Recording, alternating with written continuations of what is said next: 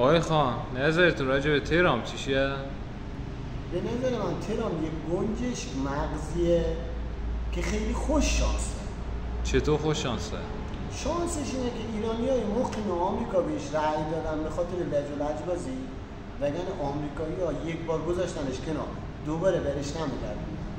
شانسش اینه که به همه گفت من صلح میارم ولی جنگ آورد، ولی هیچ که جرئت نمیکنه بهش بگه تو جنگ آورد.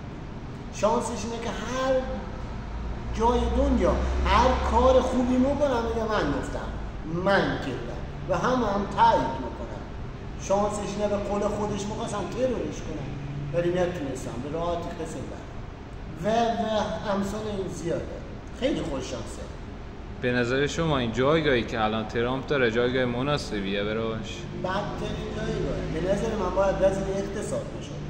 خیلی به نفع آمریکا بود تا ریاست جمهوری و این ریاست جمهوری فکر میکنم برای آمریکا تاوان زیادی داشته باشه.